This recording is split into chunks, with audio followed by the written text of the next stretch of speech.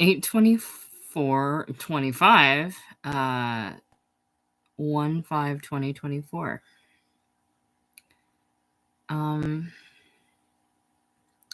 I had my teeth worked on today, so I'm probably not going to talk long. I wanted to do a reading today, the next chapter in the book, but it's just as long, if not longer, than the last one, which means I'd be talking for over 2 hours, and I can't do that today. And I'm not sure when I'm going to be able to do that again. It's going to be a couple days. Getting a root canal is a very invasive process, and it's traumatic on your mouth and a little bit on your skull, your head, your nerves, I guess. So I'm just trying to take it easy. And I'm eating out of the other side of my mouth, which I'm not used to. So hopefully after a couple days that pain will go away. I think it will. But I wanted to say that I'm about halfway through the life and work of Richard Yates, and I'm really enjoying it. I'm glad to see that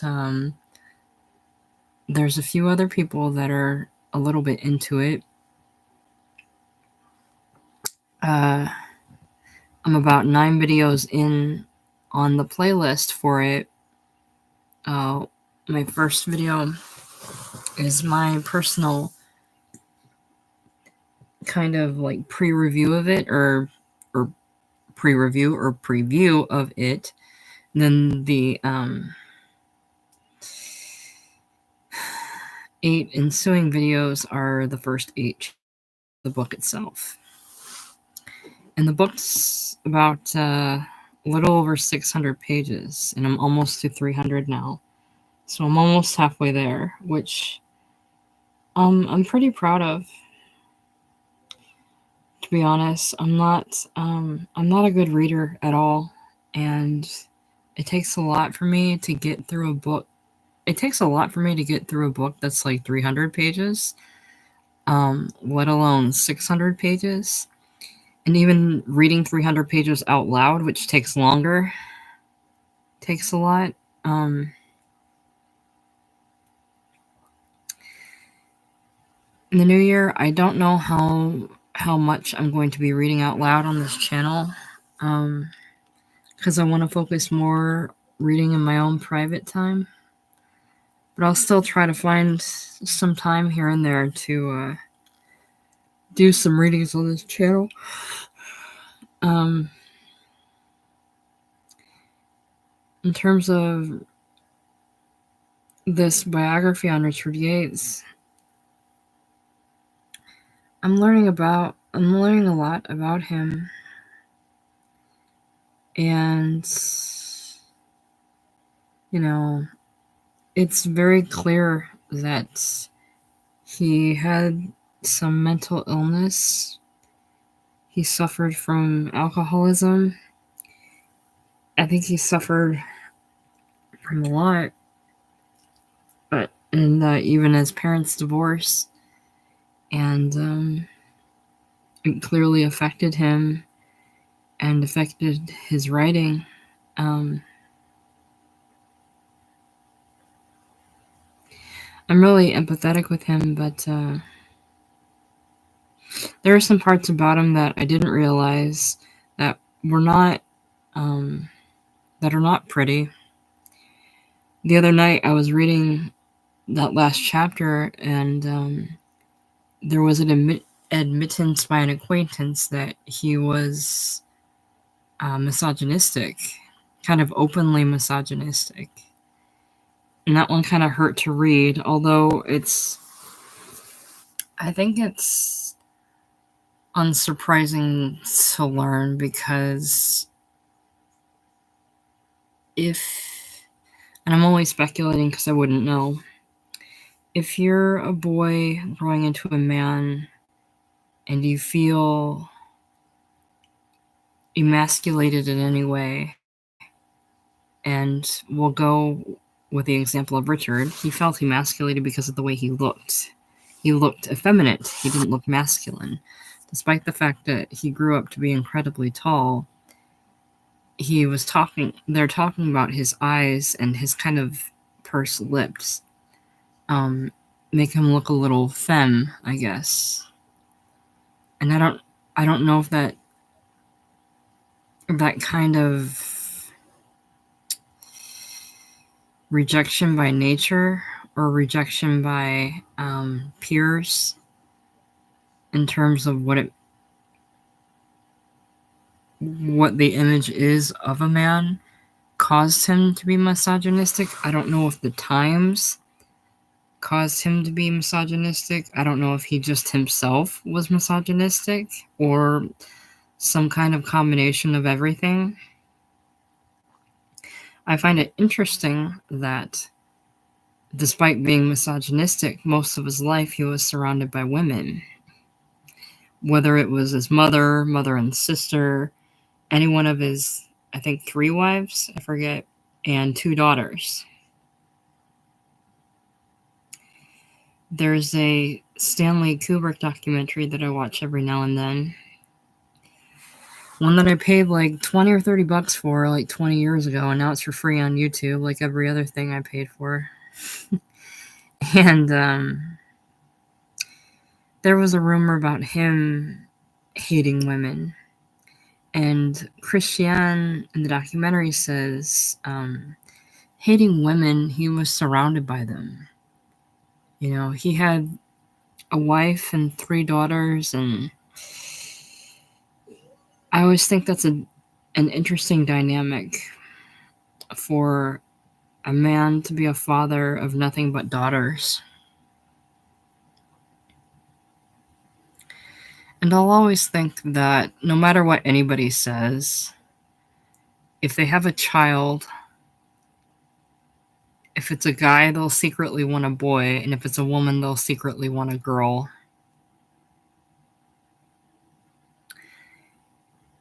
And I know the disappointment men feel when they boy. I was the last chance for a boy in my family, and I didn't turn out to be a boy. And I think on some level there was mild disappointment there, but anyway, I feel for Richard, feeling like he couldn't live up to what it might have meant to him or others to be a man. I think he was a beautiful man. It's when I look at pictures of him and he's super tall and lean and has a very striking face. I think he's very handsome. And I'm sure people told him that. I would hope so. And I wonder if those misogynistic traits stemmed from any kind of insecurity. I'm sure they did. If you look at an author through their characters, there's a lot of cowardice in a character like Frank Wheeler, but there's also a lot of screws put to a character like Frank Wheeler. And then you have to ask yourself, is it fair to judge the as I say person, but character as a coward if he's put in a situation where he can't unscrew himself, he can't free himself and have a chance to be the person he wants to be and not necessarily what other people deem him to be. And I'm not talking about how his rejection of April's offer. I'm talking about a character like that feels more bound to what he thinks is his identity should be from society and from peers. He's not physically bound, but I think mentally he's walled into this place that he's trying to live up to, and he thinks he's living up to it, but it's this false image of it that doesn't really fool anybody, but is good enough for people to accept at a surface level. And I wonder if Richard ever felt that pressure. And I'm sure he did. When I'm reading this book, they talk about him, wearing the same clothes, the same Brooks Brothers suits. And I wonder, since he was extremely tall, if he had to have them personally tailored or if he just wore ill-fitting clothes.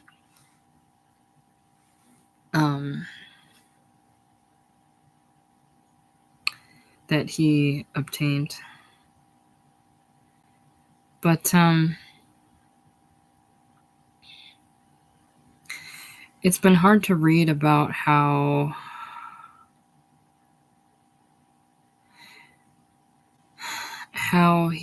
he tried to pursue what he did, and how it was a struggle for him to pursue what he did. And I've came across this topic in other documentaries where there's a sacrifice to be an artist, and what did this person give up to be an artist. And on the one hand, I get it, but on the other hand, I feel like if you really want to pursue this, you really should not bring other people into the mix. Like, I think he knew he wanted to do this, but he chose to have a wife and children, and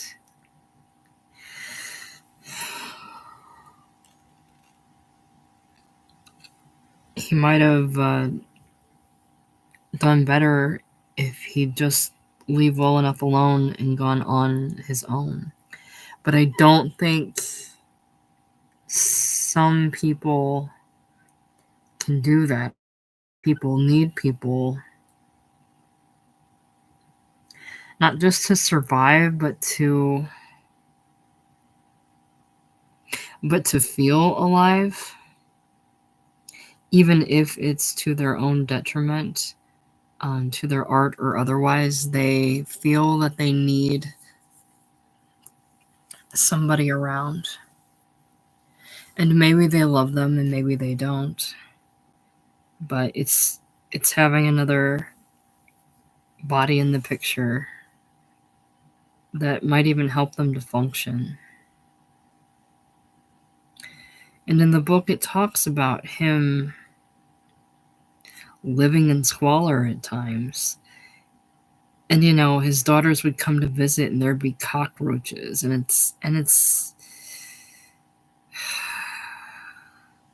and I don't think a person like that is trying their very best to make the best of living situations or best circumstances out of a divorce or separation. But I also wonder if a person like that is capable of doing that, of creating a situation where a house is habitable and not squalid or decrepit. in a place where a kid wouldn't be scared. I think a lot of people numb themselves to the place in their life where they're at because they succumb to it and are used to it, or accept that's how it is. Even though it doesn't have to be, they can change it and make it better. They just kind of slowly slide into this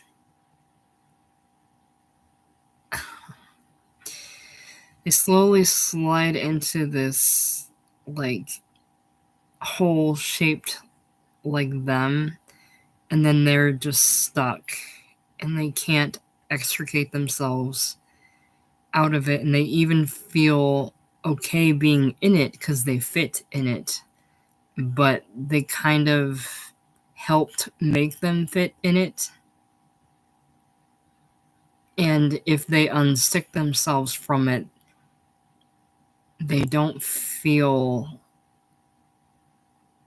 shrouded, they feel exposed. So they feel more comfortable living in the decrepitness than fixing it and being like cold and free and trying for something better. I think there's a lot to be said for the boiling frog theory. When you live life a certain way, you do it for so long, and that's how it is. And it's in times when it's not healthy the way you're living, but you're used to it and it's what you know, and you put a lot of work into doing that, whether you realize it or not. You put a lot of time into developing the habits you developed, and if they're bad habits, it's going to take a lot of time to pull out of it. So, but all the while you're carrying the weight of your life experiences, your feelings, your family, your DNA, your stories, their stories. You're carrying so much with you, on you. And that's part of like the U-shaped hole you carved yourself for you to fit in. So to extricate yourself out of that hole, I think you have to let a lot of that go.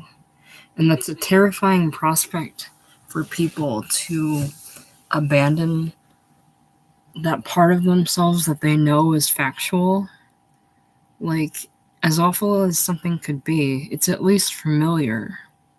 And it's at least something you know that's real and true. And there's a comforting aspect about that, even if it's something horrible as being an alcoholic. It's something that becomes a part of you. And if it's a big part of you and you stop or you cut it off, there's going to be this hole in you that you carved out, and now you've excavated it out, and now there's like a chunk of you missing because you've so ingratiated this thing into yourself as part of your identity. I mean, they were talking about, and with Richard, they were talking about his smoking. He started very early and never stopped. And there's a picture in the book. I'm not gonna get out of bed to go get it, but where he was driving around town with an oxygen tank, and they called his car like the moving bomb or something. And it's just something that he adopted and then ingratiated and then could never cut off from himself. It's a part of who he is. He's not just a smoker, he's a person that smokes, but it's something he identified with himself that meant something to him. And I get it. Same with drinking. Even if it's horrible for you, I get it. It's part of your daily routine, your way of life. It alters your day. It alters how you move. Your brain is telling your body to light the lighter or pop the tab, and your fingers are doing what your brain is telling your fingers to do to get you that substance to appease or ease whatever it is that's troubling you. And for a fleeting time, it works. It's also damaging your body, but you can't outwardly see that. So in this book, they talk a lot about Dookie, which is Yates's mother. And I wonder what that must have been like for him to consistently worry about his mom. And in the Easter parade, there's a very graphic scene where they're talking about, I forget what it is. They like find the mother, like, I forget, like naked in the bed or something. Some grotesque scene where she's had a stroke or something and has been by herself for days, like lying in her own waste or whatever. And it made me think of this other documentary I saw, this excellent documentary with Gore Vidal, where his mom was extremely lost and I think had mental illness. And he admitted that he made a decision, I don't think to cut her off, but to essentially just abandon her and move away. And he said he didn't talk to her for the last 20 years of her life, which I don't think is true.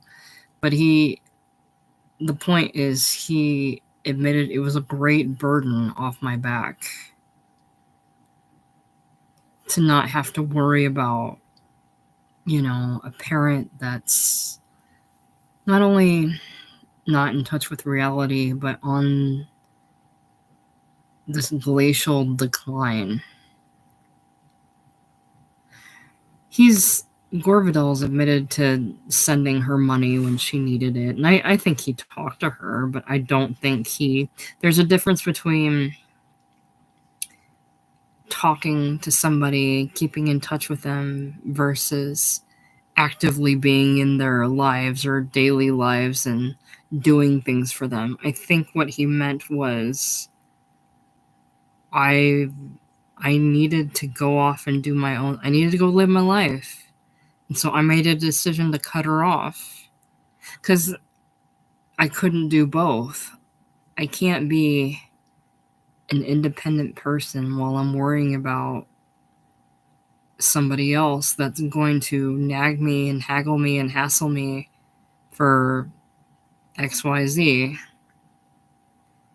And maybe she kind of pushed him in that direction. I wonder if Richard would have cut her off Would that have been worse or not? I don't know. But one of the chapters ends with, "I guess I sort of love her," and it's really telling. I think he did love her, and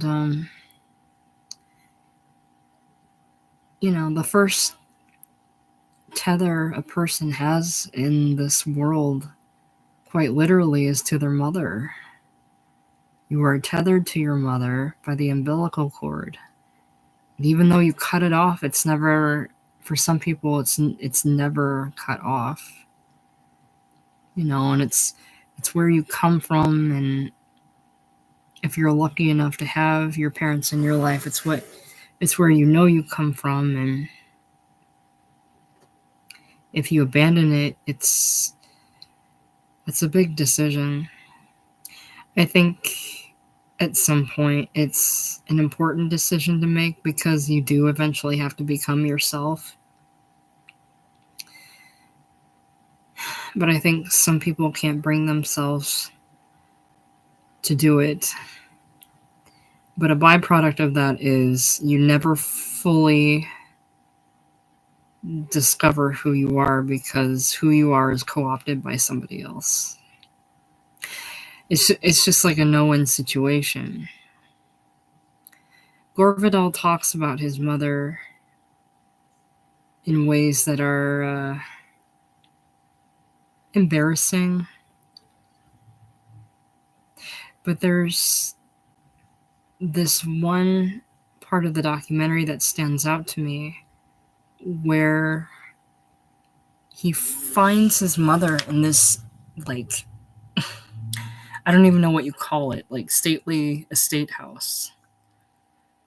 And he's like a 10-year-old boy walking through the house, and he sees his mom standing, or sitting at the top of like a third or fourth story in this huge house. And she's clearly like ruminating. She's sitting there thinking. And this was after she married, I think, Hugh Auchincloss. No, not even Hugh Auchincloss. Somebody else, or I don't even know. She married somebody, and the wedding night didn't go well. And she's already thinking about how to get out of it.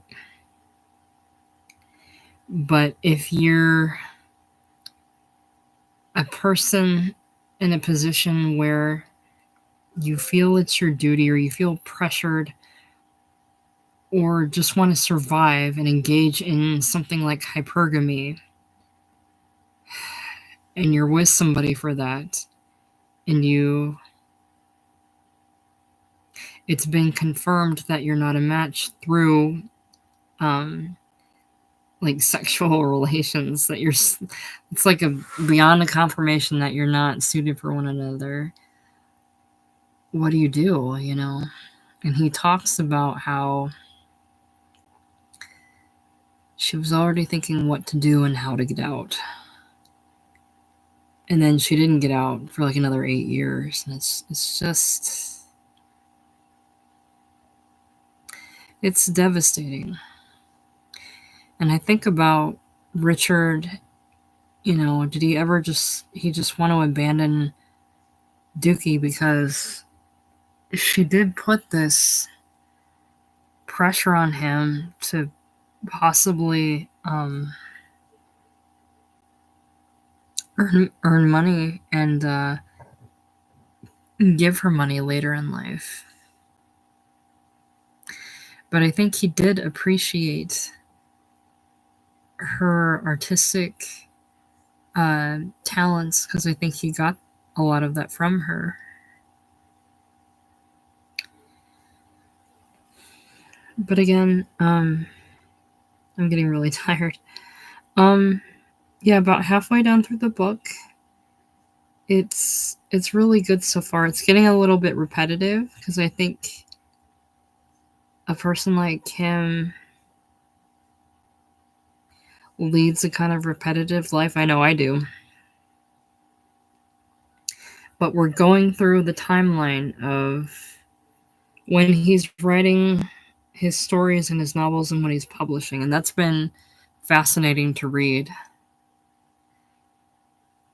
because I feel like his biggest success commercially was Revolutionary Road, and that's his first novel. And you gotta think, it's great to have success in life, but there's this kind of curse that if the first thing you do is a hit and it's all downhill from there, you have to live those hours after the fact. Either knowing or not knowing it's never going to be as good as it was, and how kind of damned you are having to live that. And I haven't read this chapter yet, but I read a little bit later. I think he says something like, Revolutionary Road is all I'm going to be remembered for.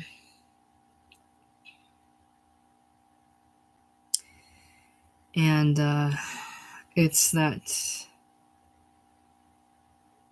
kind of mortality seeking immortality.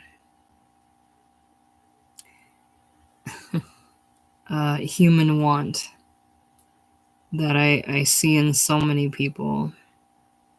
So many people want to be known for the good traits in them, or what they possess and what they can give and what they excel in, and so much of all of this is forgettable. A lot of it's forgettable, and it's hard to justify existing when you know existence at some point in time won't even be remembered. And that's very dark, but I think it's certainly a thought most people think of. People like Gore and people like Richard know that as a human, you know your time is fleeting, but as somebody that hopes, that does something in the hopes that it will have some kind of touchstone for, if not immortality, but something longer than their life, or can elongate their life through other lives, it's a very humbling, quiet feeling. I was in the library today after this dentist appointment, kind of unwinding, because for like over an hour I'd have my face drilled into. And I returned all these movies I checked out. Yes, I check out physical media because I don't get out to this library very often. And I was looking through the stacks and of film, and I came across Revolutionary Road. And it's just like, I wish I could say to Richard, you know, I know it took a lot to get to this place where you desperately, deeply wanted to write something that not just meant something to people, not just meant something to yourself, but something to where you're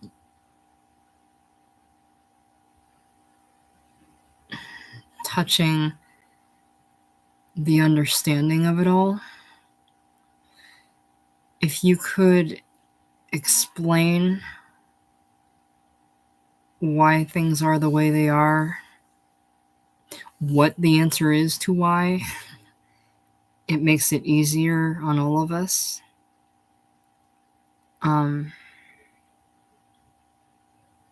And he doesn't just do that through Revolutionary Road, he does that through all of his works.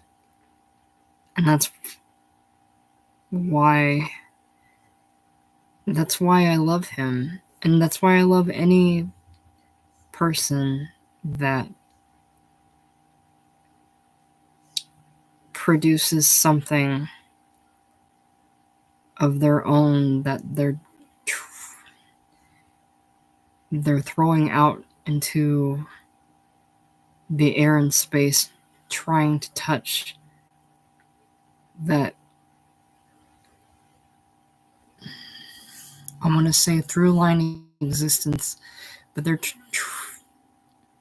calling out to the universe and saying that I'm here. This is what I feel, and this I'm trying to explain it, but it's hard to explain. It's just touching the universe in this place where there is no space and time. It just is, and it's some kind of stake in that place that signifies that you were here and this is what you felt, and this is how and why you were here and why you're part of this connection with everybody else that's trying to stake their place or have staked their place, and I think trying to answer the question of why and what the point is. And I think for people that create a piece, it's a very painful process, because I think a lot of people spend their time trying to ignore it or trying to deny it and just try to live in the present and live normally and go about their day. But when you're alone, like right now, I'm alone, I'm in my bedroom, it's relatively quiet. And it's times like these where you let your thoughts drift and you start thinking about what you are in connection with or trying to connect with in this space and time where you're alive right now. You're alive because a lot of other things were alive before you, and you're only going to be alive for so long. And what you're doing is going to touch other lives, and that life through line kind of holds the key to the point of it all. I can't even explain it, and I'm not happy with how I'm explaining it, but I've heard other people talk about artists creating things to try to touch the universe, and maybe they don't even have to. Maybe we're all touching the universe all the time, but we can't, for whatever reason, we can't see it and we can't feel it. So trying to filter it and understand it within our scope of understanding is what artists are doing, and that makes the pain of living a little less, even though that process is painful. I don't know. I think that's the best I can do with a limited intelligence and a sore mouth. At least for now. I might have to think about it a little bit more. But this book has been excellent. I've enjoyed reading it. It's been a long read. And yeah, it's getting repetitive, but I've read a little bit ahead, and this last chapter there's been a handful of references where Richard has interacted with people, and one of the last sentences regarding an anecdote from that person was, and that was the last time I ever heard from him. There are many people who I've encountered, and I know now, that I think I know deep down I'll never hear from them again, or I'll never talk to them again. And it's not because you don't care about that person, but it's because for whatever reason the person just can't talk to you. I'll say from okay. Okay, let's say there's a person trying to reach out and the person that they've reached out to doesn't answer back. The person that reaches out desperately wants to, talk to the person they're reaching out to, clearly, but the person that's receiving that kind of desperation, that kind of that lifeline, they choose to not answer. And it might seem cruel, but for whatever reason, the person doesn't, and maybe their intentions are cruel, but let's say they're not, and let's say they can't for whatever reason. They can't because of what transpired between themselves and the person reaching out. They can't because they're a different person now, and they feel like they can't connect with that person, and going back requires work that they don't want to work through, or it's past work and they don't want to go in the past, they want to go forward.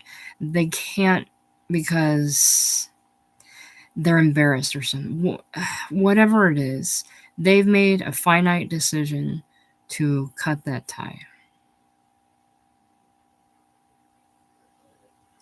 I still think the person thinks about these people, and even if they don't, it doesn't mean the time shared together wasn't impactful and didn't mean anything. It's horrific to reach out to somebody and not get an answer. And people say no answer is the answer. And that may be true in terms of that last exchange, but that doesn't mean that the person is fully rejecting you. I think it all stems from a kind of self-motivation and a self-preservation, and they have to do what's right for them. And if that doesn't include you, yeah, it hurts and you're going to take it personally, but it's ultimately what is the best for them. And I think in a lot of cases it's not meant to be a slight at the other person, but they have to choose themselves because because they are the ones they have to answer to at the end of the day. They don't have to answer to the person that's reaching out, they have to answer to themselves. And maybe it's painful to say no. Maybe it's painful to say yes and talk back. And maybe that pain is the reason why they don't reciprocate. And maybe they don't know how. And maybe they don't want to sit and have that conversation where the person that's reaching out is going to tell them all the things that made them upset. Because really, who wants to sit with somebody for like an hour or two and go over everything between you and another person and have to be chided to say, this is how you affected me? I think some people just can't do it. They can't be made to face other people, and it's easier to just erase that person and feel like, well, there's billions of other people in the world. I fucked up with that person, but if I learned anything, I'll try not to fuck up with other people. And if they didn't learn anything, I'll try my chances with another people. Maybe they won't react this way. I don't know. Each person is different. But with Richard, who knows why he never answered some of these people again. And that's another thing that happened in the Stanley Kubrick documentary. Malcolm McDowell, there's a spot in the documentary where Malcolm McDowell talks about how when they were working on A Clockwork Orange, they were really, really, really close, him and Stanley, for that amount of time they were working together. They were close as people, but then I think as actor and director, you had ranking, and there was separation. And then I think over time, Malcolm felt slighted by Stanley, and he said things in the press, and he admitted he did. He might have said hurtful things in the press, but he also admitted, I lashed out because I was angry, but the anger comes from hurt. And it's like, I think that was a way of saying, pick up the phone and call me. And then he says, of course he never did. And I think each person has their own set of like qualities or skills. And when you interact with another person, you exhibit those things and traits, good and bad traits. You exhibit those things because you have to, because it's who you are. And if they don't jive or connect with the person that you're interacting with, you're going to feel good or bad depending on how it goes. And if it goes bad, it goes really bad because it feels really bad. And it's not abnormal to think if it goes really bad and you feel really bad, you don't want to be around that person that makes you feel really bad, even if you're the one that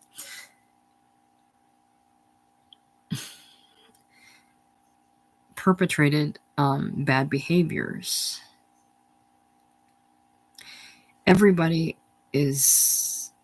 does have their own pace and path and timeline to understanding who they are and why they are. And it's very easy to think if you quote unquote fuck up with somebody, just move on, move forward. I can't take this place where I've made somebody feel bad and they can't get over it or whatever, or I can't say sorry and we just move forward. I can't deal with this, so I'm going to move on. Or say they've moved on to other people or other significant others, and the person left in the wake for whatever reason, whether it was justified or not, can't get over it. I think some people that are left in the wake, some people just can't get over it. Some people feel like they're owed a resolution. I've certainly felt like that. But at some point, there has to be an understanding that either you communicate and resolve things with one another, or you're just not in each other's lives. And it's very painful. I'm sure that the people that said in the book, and I read it like, I feel like I read it like 3 times from 3 different people, and I never heard from him again. I'm sure it's clearly painful in that sentence, but I'm sure it was painful for Richard too. I think if you spend an indeterminate amount of time with somebody, or a finite, rather, time with somebody, you've clearly made a huge impact on that person.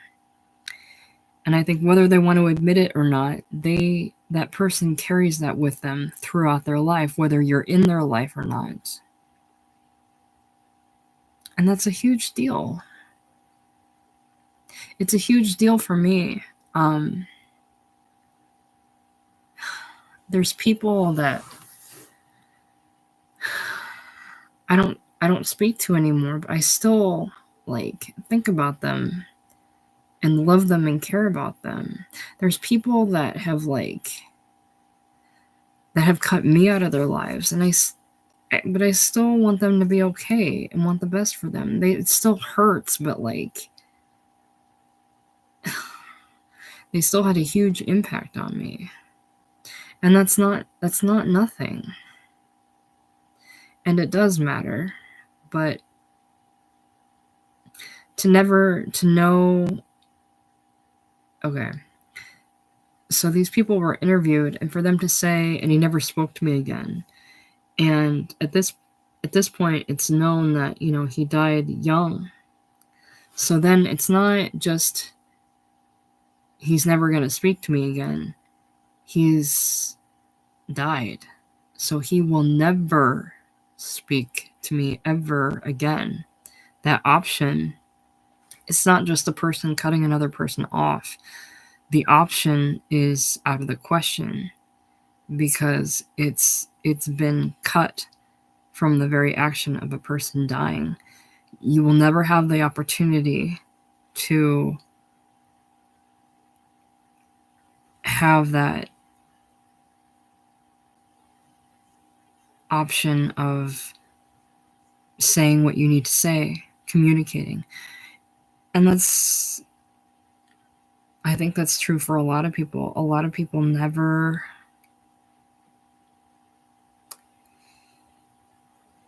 get certain resolutions in their life. And you have to carry this shit all your life until you don't. And it's hard. It's very hard. And I know the central focus of this book is Richard, and as it should be. And you can clearly see what he struggled with, and he clearly struggled. And it's devastating to read, but I'm glad we get the perspective of other people that he affected. Not that he wanted to affect, not that I don't think anybody wants to affect anybody in negative ways, but they do. But you also have to understand that it's a human being trying to understand themselves and what it is to be themselves, and that the way they go about their lives is trying to handle it. And I think a lot of the times it's not meant to be a direct hit to people, even though at times it is. And it's just part of existence. It's very painful, but it's also very necessary, because you don't make these connections with other people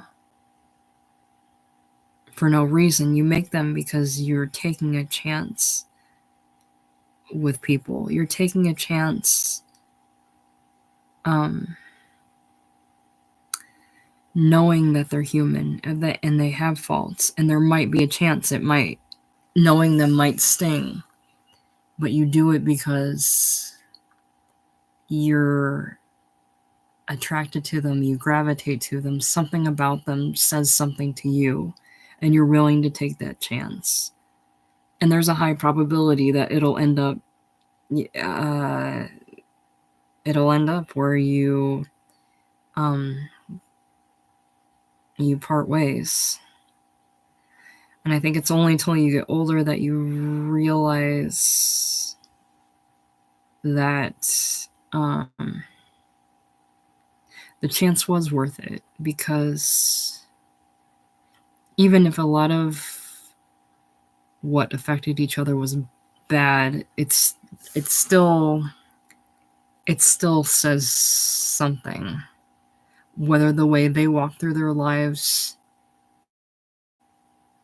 you could see it and you could see why, and you can make those distinctions. You can see the similarities in yourself, or you could embrace the good qualities about the other person, and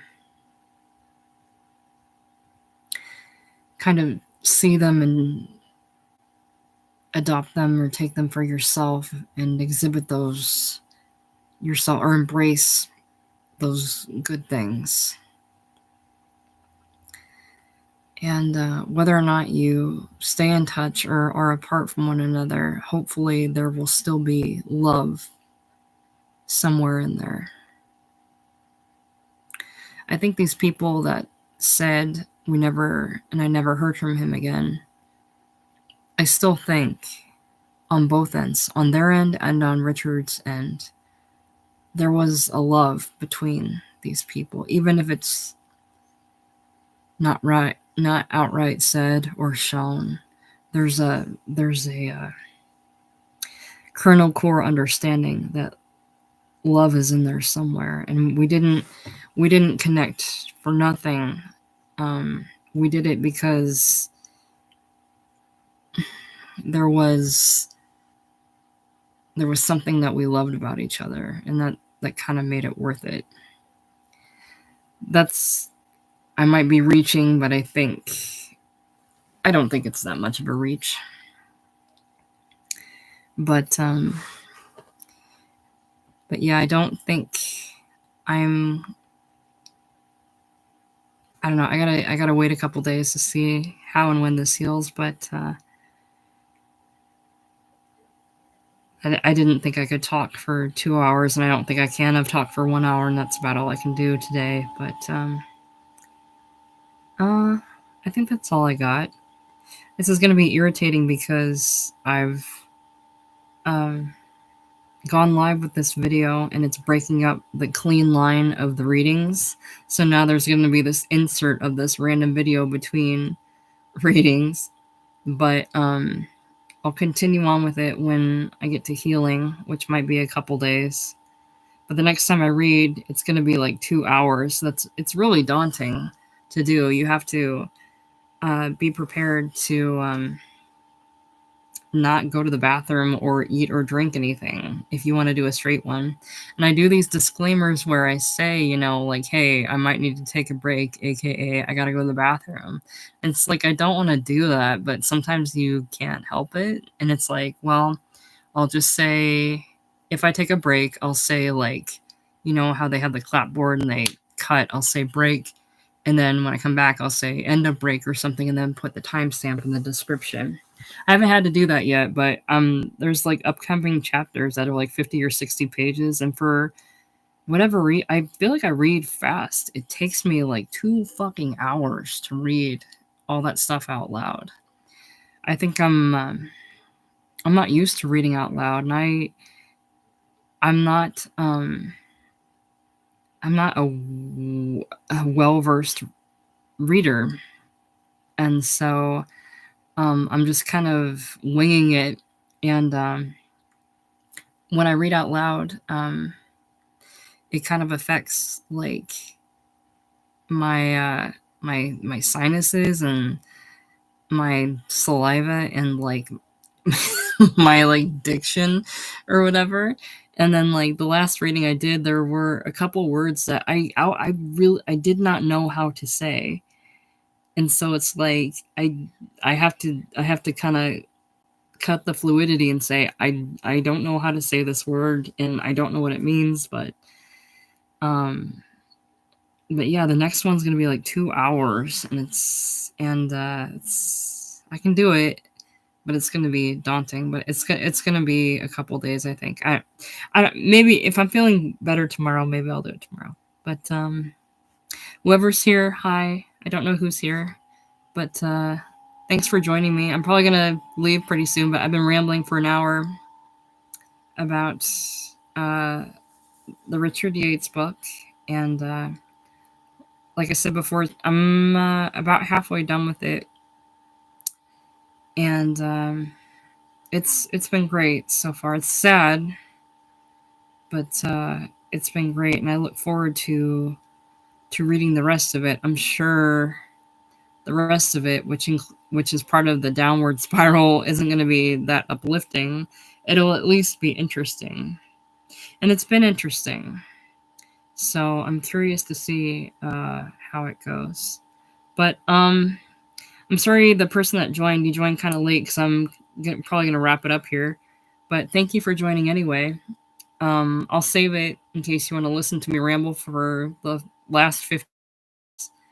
Um, trying to think if there's anything else I want to say. Aside from the fact that it's been a great book, it's a sad book, but it's also helped me. It's kind of opened me up to, or helped me open up to the realization that it really is important to go with what you like and what you want in life. It's really important to embrace the things that you gravitate to. I find that if you're having trouble deciding where you want to go or how you want to go, you naturally are attracted to things that mean something to you, that move you. So if you're not moving to it, it is moving to you, and you'll see that there's a point where you're both are moving towards each other. And if you can kind of keep that in mind, that there will be something that will mean something to you and only you, and it's not something that everybody else has. It's only intrinsic to you and you alone. That's kind of a great starting point to set you on the path that you need to take, that you've been struggling to find. And I feel like the more I read about authors like this, or artists that create art and why they do it and yada yada yada, that's what they do. They do what means something to them, what moves them, and that helps them get to the place they're trying to go. And it's taken me a very long time to realize that, and it's taking me longer to embrace it, but I feel like that's kind of the right answer, if there's a right answer. Whether or not that there is, I don't know, but it feels right to me. And that's hard to accept, I think, when you're younger. And unless you have that innate confidence in yourself and know that feeling is right and true, you, like me, have to work a long time to get to a place where you can fully embrace it and feel comfortable about it. And that thing about that you like that nobody else is into, or they think is like weird or square about you, you're on the right path. Like, I like these old movies that nobody in my immediate circle likes. I like, the authors like Richard Yates, and I was going to name other obscure ones, but he's the main one I'm reading at the moment. I like Gore Vidal and Henry Rollins and Hunter Thompson, and I'm looking on my shelf now, and a zillion others. I like these people, and they're every one of them were searching just like I'm searching, just like you're searching, and hopefully searching every day for the thing that'll keep pushing you on the path. I think that's what I'm getting to. I can go on and on and on, but I'm just rambling at this point. But yeah, I think that's it. Like I said, whoever joined, hi. I can't see you, even when I click on participants, but I'm gonna cut it off now. Mainly because my mouth hurts and I have to pee. But hi to you, and whoever clicks this video and listens, hi. Thank you for listening. I hope everything's okay, and yeah, just thanks for listening. And I'll be reading again soon. I don't know when soon, but That's all I got. Have a nice night, and I love you.